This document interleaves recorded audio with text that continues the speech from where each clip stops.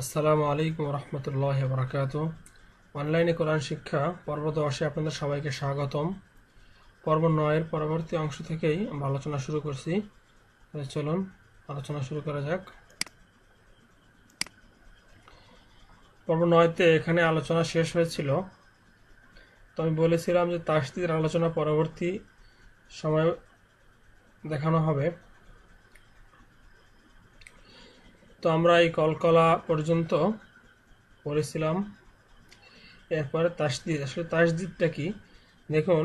এখানে লেখা আছে তাসদীদ পলা হরফ দুইবার পড়া যায়, অর্থাৎ এখানে একটা এই যে 3 কাটার মতো দেখা যাচ্ছে, 3টি কাটার মতো, 3টি দাঁতের মতো, এটাকে বলা হয় তাসদীদ। এটা তা। তো আসলে এর পরিচয় এতটুকু, যে 3টা কাটাওয়ালা এরকম 3টা দাঁতওয়ালা, এটাই হলো তাসদীদ।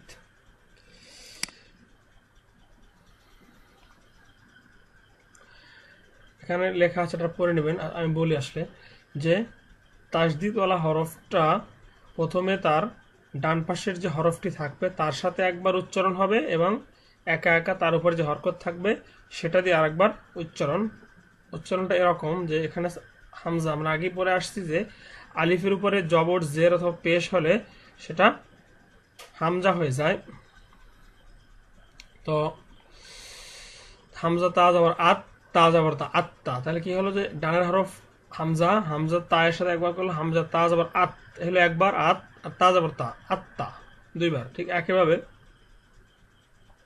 হামজা লাম জবর আল, লাম জবর লা, আল্লাহ। হামজা কাপ জবর আক, কাপ জবর কা, আক্কা। হায়া জবর হাই, ইয়া আলিফ জবর ইয়া, হাইয়া। এখানে সাথে যে একটা খালি আলিফ আছে, এক আলিফ যে টান হবে সেটাও হবে, কিন্তু এই তাসদীদের কাজ শুধু দুইবার উচ্চারণ করা। এর সাথে যে কোনো মাদের হরফ থাকে, অর্থাৎ এভাবে খালি আলিফ থাকে, এভাবে যদি উপরে মোটা চিহ্ন থাকে বা চিকন চিহ্ন থাকে, অর্থাৎ 3 আলিফ বা 4 আলিফ চিহ্নের যদি কোনো টানে যদি কোনো চিহ্ন থাকে, সেক্ষেত্রেও 3 আলিফ এবং 4 আলিফ সে টানগুলো হবে। ঠিক একইভাবে কাপ দাল পেশ কুদ, দাল জবর দা, কুদ্দা। হামজা ইয়া জবর আই, ইয়া পেশ ইউ, আই ইউ।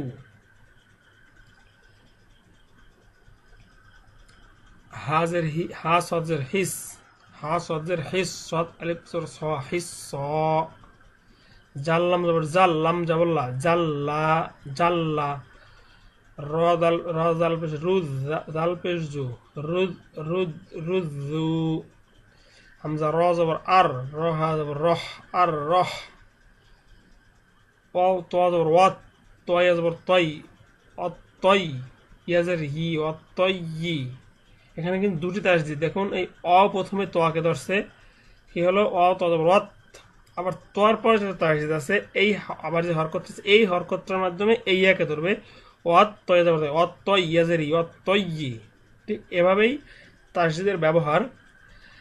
আর যদি এই তাসদীদটা নুনে অথবা মিমে যদি হরকতের পরবর্তী সময় হয়, অর্থাৎ হরকতের বামে যদি নুনে অথবা মিমে তাসদীদ হয়, সেক্ষেত্রে গুন্না করে পড়তে হবে। যেমন হামজা নুন জবর আন, নুন জবর না, আন্না। হা মিম পেশ হুম, মিম জবর মা, হুম্মা। সা মিম পেশ সুম, মিম জবর মা, সুম্মা। এগুলো এরকম। ঠিক আমি এটা পড়ছি। ফা জবর ফা, লাম মিম জবর লাম, ফালাম, মিম আলিফ জবর মা, ফালাম্মা। প্রত্যেকটা এখানে দেখুন কি কি আসছে, যে অজিব গুন্না আসছে এবং একালিফ মাদ, একালিফ দীর্ঘ করিয়া পড়তে হবে, সেই নিয়মটা এখানে আসছে। এখানে দুইটা নিয়ম আসছে। তো এভাবে আপনারা এমন এমন শব্দ পাবেন যেখানে 4টা 5টা করে নিয়মও থাকবে। তো প্রত্যেকটা নিয়মই আদায় করতে হবে, যে একটা নিয়ম আসলে আর একটা যে থাকবে না সেটা সেরকমটা নয়। যতগুলো নিয়ম আসবে প্রত্যেকটা নিয়মকে আপনার আদায় করে করে এগুলো পড়তে হবে। এরপর আছে নুনে সাকিন ও মিম সাকিনের বিবরণ। আসলে নুনে সাকিনটা কি, যে জজমওয়ালা নুনকে বলা হয় নুনে সাকিন, কি জজমওয়ালা নুনকে নুনে সাকিন বলা হয়। আর তানবিন এর যে পরিচয় সেটা আমি কায়দার আলোচনায় বলেছিলাম, তো আবার বলছি যে 2 জবর 2 জের এবং 2 পেশকে তানবিন বলা হয়। তা নুনে সাকিন এবং তানবিন 4 ভাবে আসে, অর্থাৎ 4 প্রকারে পড়া যায়। এই 4টার নাম হলো ইকলাব, ইদগাম, ইজহার এবং ইকফা।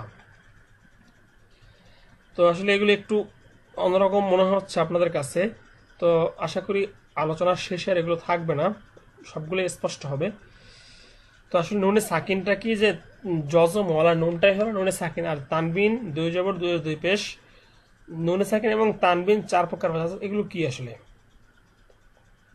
যে নুনে সাকিন এবং তানবিনের পরবর্তী যে হরফটা আসে, সেই কোন হরফ আসলো সেই অনুসারে নুনে সাকিন এবং তানবিনের পরবর্তী হরফটা কি, যেই হরফ পরবর্তী হরফটা অনুসারে নুনে সাকিন এবং তানবিনের উচ্চারণটা হবে।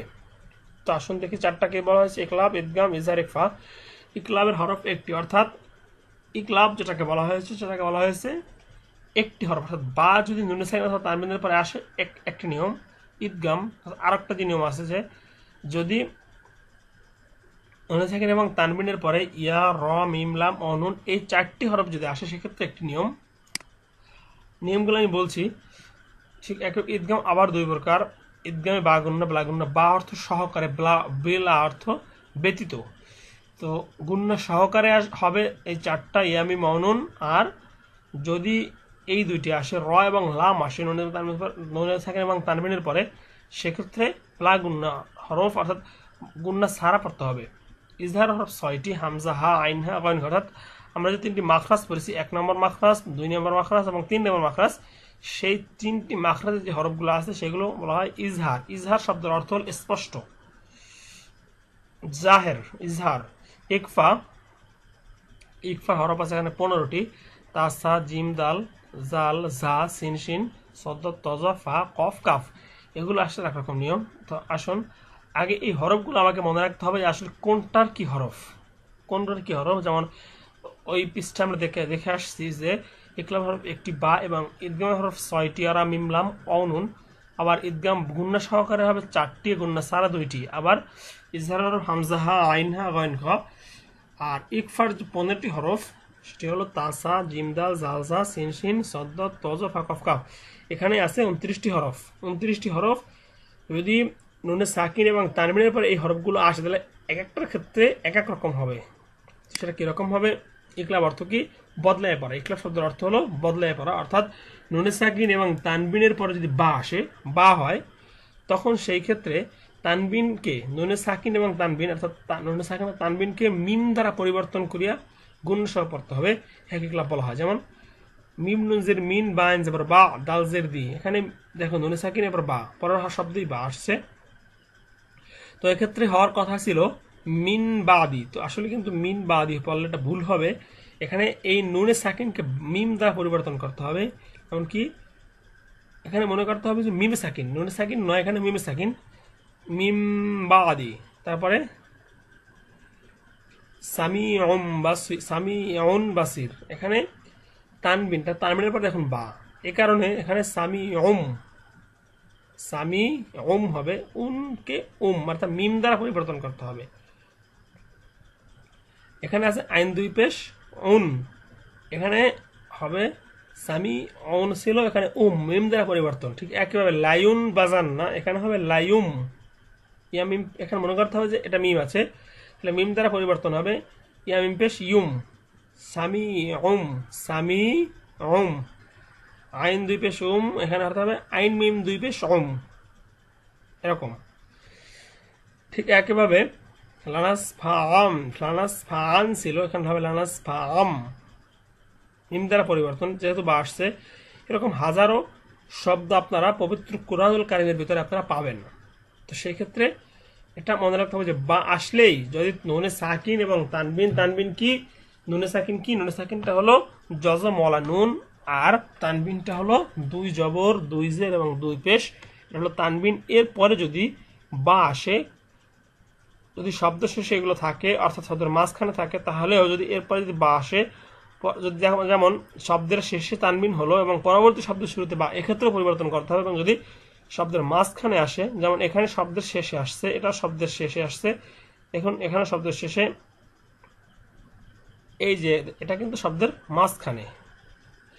সাধারণত তানবিনগুলো শব্দের শেষেই হয়ে থাকে।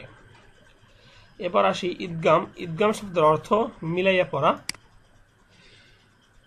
অর্থাৎ 4টি হরফ যদি আসে ইয়া, মিম, নুন, তাহলে পরের হরফের সাথে, অর্থাৎ পরের হরফের সাথে মিলাইয়া বাগুন্নার সহিত তাসদিদ দিয়া গুন্নার সঙ্গে মিলিয়ে পড়তে হবে, এক ঈদগাম বাগুন্না বলা হয়। যেমন সাধারণত তাসদিদ দেয়া থাকে, তো এই মিম অজের মিউ হবে, মিউ এরকম গুণনা করতে হবে। মান্নাশা, এখানে কিন্তু এই নুনটা ধরবে, এই নুনটা কিন্তু একটা গুণনা হবে। এখানেও মাই এরকম, এখানে মিম নুন যেমন মান কিন্তু নয়, এখানে নুন ইয়াকে মিম ইয়াকে গিয়ে ধরবে, এখানটা গুণনা হবে এরকম মাইয়াশাউ। ঠিক একইভাবে হাবলুম মিম মাসাদ, এটা না কিন্তু এই নুনে সাকিন। তাহলে এখানে মিম আসছে, এখানে কি আসলো প্রথমে অ, এরপরে আসলো কি নুন, ইয়া মিম অ নুন, তাহলে অ আসলো, এরপরে আসলো আমরা পাইলাম ইয়া, এরপরে মিম, ইয়াও পাইলাম, মিম অ পাইলাম, নুন পাইলাম। তাহলে দেখুন এই যদি এরকম নুনে সাকিনের পরে মিম আসে, তাহলে মিম, ওয়াও, নুন এবং ইয়া, এই চারটি হরফ যদি নুনে সাকিনের পরে আসে অথবা তানবিনের পরে আসে, সেই ক্ষেত্রে এই নুনে সাকিনকে পড়া যাবে না, সামনের হরফটিকে পড়া হবে। সামনের হরফটিকে নুনে সাকিনের পূর্বের হরফের সাথে পরের হরফকে মিলিয়ে পড়তে হইবে।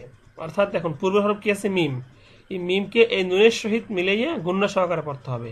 ঠিক একইভাবে এখানে আছে কি নুনে সাকিনের আগে আছে মিম, পরে আছে ওয়াও, এই দুইটাকে মিলিয়ে পড়তে হবে। ঠিক একইভাবে এখানেও মিম আছে, এখানে আছে তানবিন। তানবিনের ক্ষেত্রে তানবিনটাকে এর সাথে হাবলুম মিম মাসাদ, হাবলুম মিম মাসাদ, মিউ এটা হবে মিউ ওয়ারা, এরকম মিন নি'মাতিন। আমি বানান করছি না, যেহেতু আগেই অনেক বানান করেছি, তাই আপনারা এগুলো বানান করে নেবেন, শুধু উচ্চারণটা আমি বলছি। হলো মাহমুদান,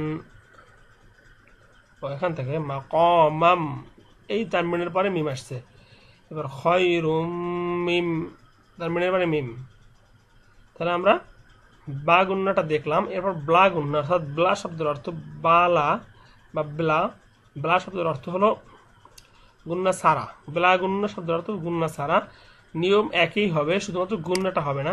যেমন মির রব্বিকা, এখানে মির এরকম হবে না। আল্লাহ ইলাহা, আল, এই নুন কিন্তু পড়া যাবে না, এখানে নুন পড়া যাবে না। তারপরে এই যে ওয়ালাম ইয়াকুল, ওয়ালাম ইয়াকুন কিন্তু ছিল, এখানে এই নুনটা পড়া যাবে না, এই কাব সরাসরি লামকে ধরবে, এরকম ভাবে। এটা ইজহার অর্থ স্পষ্ট করিয়া পড়া। দেখি স্পষ্ট কিভাবে করি আমরা। যেমন এখানে এরকম ভাবে গুণনা করা যাবে না, আন আমতা মিন খৌফ, আলিমুন হাকিম, এরকম আলিমুন, অর্থাৎ এখানে কোনো গুণনা হবে না। স্পষ্ট বলতে এখানে গুণনা হবে না, গুণনা ছাড়া স্পষ্ট করে পড়তে হবে। গেল ইজহারের আলোচনা। ইজহারের হরফ কয়টি বলেছিলাম আমরা? হামজা, হা, আইন, হা, গইন, খ। প্রথমে পাইলাম আনআম, তাইন পাইলাম। এবার মিন খৌফ, খ পাইলাম। আলিমুন হাকিম, হা পাইলাম। এরপরে ইয়ান, হা, হা পাইলাম। তারপরে মান আরাদা, হামজা পাইলাম। এরপরে ওয়াদান হাসানা, হা। সবগুলো আমরা দেখলাম। এরকম হাজারো শব্দ আপনারা পবিত্র কুরআনুল কারীমের ভিতরে পাবেন। এরপরে আসি ইকফা। ইকফার হরফ আছে 15টি। তাসা, জিম, দাল, জালজা, সিনশি, সদ্দত, তজা, ফা, কফ, কাফ, এই 15টি হরফ। তো এখানে ঠিক একইভাবে নুনে সাকিন এবং তানবিনের পরে যদি ওই হরফটি আসে, অর্থাৎ ওই 15টি হরফের যে কোনো একটি হরফ আসে, তাহলে সেখানে গুণনা করে পড়তে হবে। যেমন জান্নাতিন তাজরি উনসা, এরকম এখানেও গুণনা করে পড়তে হবে। ঈদগামের যে গুণনা আর এই গুণনাটা কিন্তু একটু ভিন্ন।